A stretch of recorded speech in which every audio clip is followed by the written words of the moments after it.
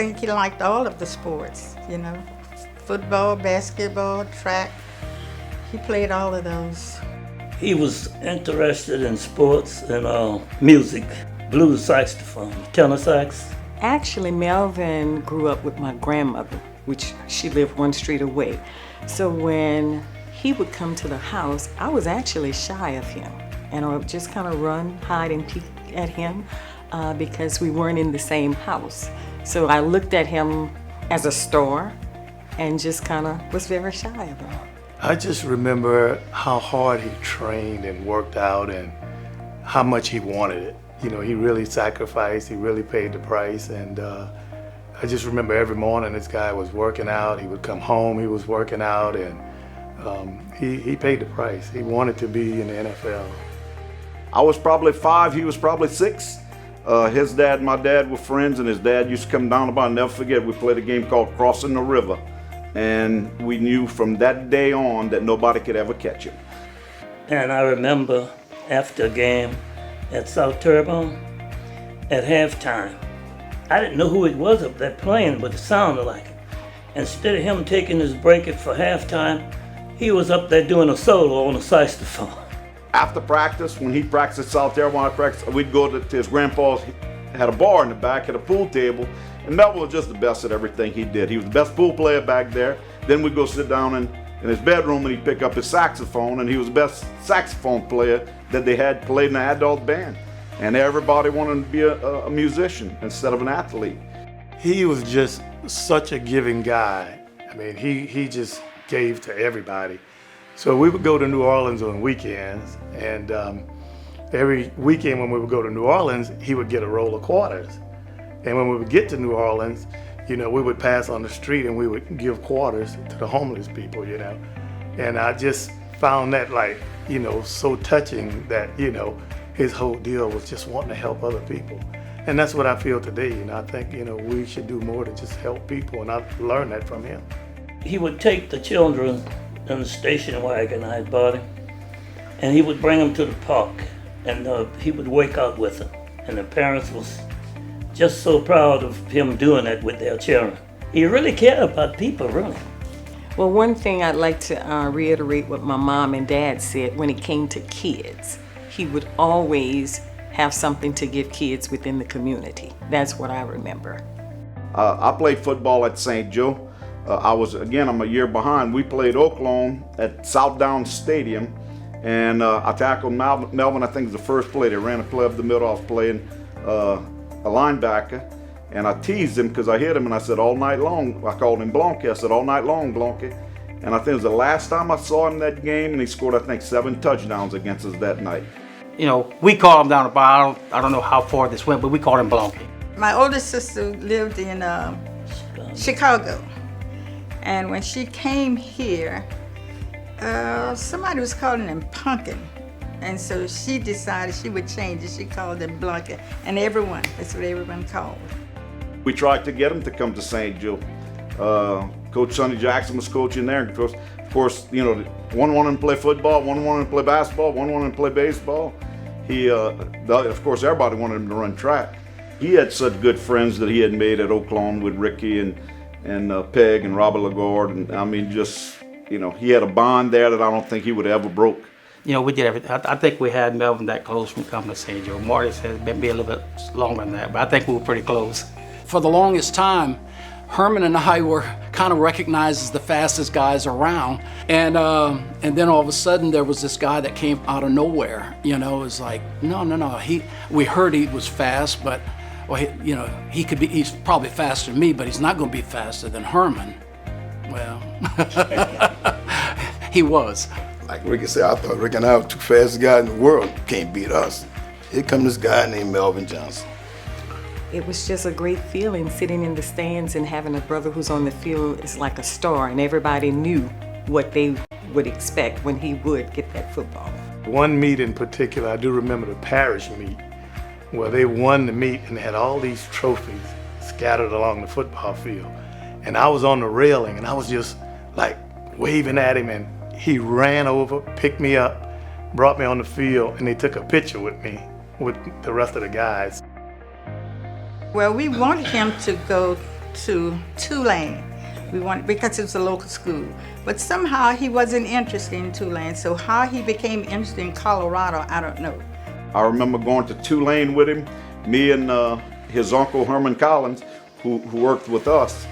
Tulane had a heck of a program. Mike Walker from Terrebonne High was a starting quarterback. Robert made the decision. Really, Melvin wanted to go to Tulane.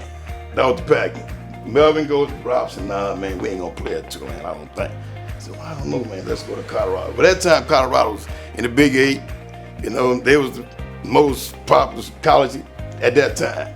So Robert really talked Melvin into going to Colorado. I think he enjoyed himself. He talked about the climate, you know. Man, he said, but it's so hot down here now. He said, up there in Colorado, he said, man, right now, what the temperature would be, you know. And he talked about things like that.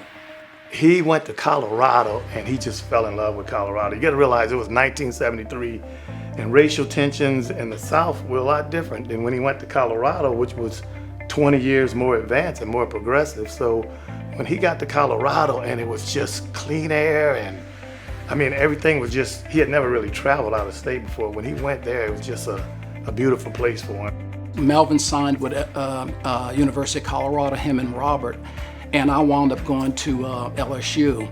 Well, we met up for the kickoff. The kickoff classic was Colorado and LSU, and here I was one of these rah-rah freshmen. I wanted to get on the field, you know. And Coach McClendon comes up to me. He said, Britt, he says, you know, we're starting out with Colorado. They got this kid, they said, that can fly. And he said, they said, you know something about him? I said, yes, sir, I do. And so my coach that was with me, Scooter Purvis, says, yeah, Britt, we can put him out there on the field to catch Melvin. And he looks at me and said, Britt, can you catch him? I said, well, Coach, I said, I'll give it my very best. But honestly, I won't catch him, you know? And he said, who on the team's gonna catch him? I said, nobody. I was up in the top 2 or 3 fastest guys on the LSU team, and in my own high school track team, I was 3 or 4. He was a very lovable person. He loved the people and people loved him. Wherever he went, you know, people would take to him. He just was a lovable guy. We would tell him, man, you did well, you know. And he didn't just smile and that was it, you know. Everybody loved Melvin. I don't know anybody who really disliked him, and we lived in some, you know, turbulent times back then. When I got to a track meet, here I go, running my mouth. Melvin would sit on the bus, read his Bible. With the little Bibles, we all had to read that before a meet. That was mandatory. He had no harsh words for anybody. Melvin was just laid back. You know, he was, if you couldn't get along with Melvin, you didn't like yourself. He never saw himself in the same way that everybody else around him saw him. He was a humble young man from a humble family. His parents were some of the kindest people. If the guy would have been cocky, he'd have been all world. It just wasn't, he was so humble. There were turbulent times between races at that time. We didn't experience that, you know, through our sportsmanship with our teammates and all. Our football team, not only Melvin, but Melvin was a big part of it. Our football team, you know, in the 73, we was right at the tail end of integration. And there was a lot of turmoil. Nobody on our football team, nobody got involved in that crap. You know, we just didn't get involved in it. We were brothers. It's just that simple. Well, I can remember when Melvin would come home during the summer. Troy, Kirby, T. Clarence, lots of the guys who were playing at South Terrebonne, they would actually have like little workout camps. And they would meet at South Terrebonne in the evenings, pretty much 2 to 3 times a week. And he would just teach them different drills and fundamentals that could help them in their careers. I mean, we would work up in the mornings on Saturdays, and I don't think it's feasible to do this now, but we would crack an egg and we would whip it up in milk and drink it, and then we'd go run 2 miles, and then we'd run back. He would always leave me, of course, but he was just a hard worker, and he told me, if you want it, you got to pay the price for it.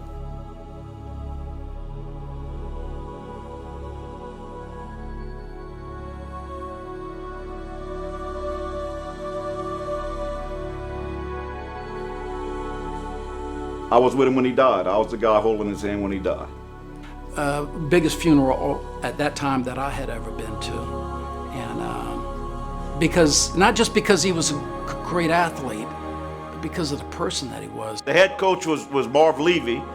General manager was Jim Schaff. They had the running backs coach and everything. And a guy named Clyde Powers, who was Melvin's best friend in Kansas City, that ended up being the player personnel guy in Indianapolis with Peyton and them for like 30 years. But anyway, they all came, went to the funeral, and all came to my mama's house. Mama fried shrimp and made gumbo for him after. And it was a class deal. They loved Melvin. They fell in love with Melvin when he went to Kansas City. And Marv Levy said it over and over again about what a class guy Melvin was. Yeah, his death really inspired me. You know, I lived my career through him, and I never thought that I would end up playing 5 years. I just wanted to step on the NFL field and say I did it for my brother, and thankfully God had blessed me to play longer. But he really inspired me, and you know, when he died, I just took it upon myself that I was going to make it and dedicate it to him that I did make it. He was going to build his house on Highway 56. So he was coming back home. I knew the exact spot where he was going to build his house. Blanque wanted to come home, you know. He did love the cold weather. He loved it to snow, and so one of the craziest things was March the 12th, I think 12 minutes to 12 when he died, and it started snowing. Melvin, I don't know, man. I get teared up with the best of the best. Never seen nobody like him.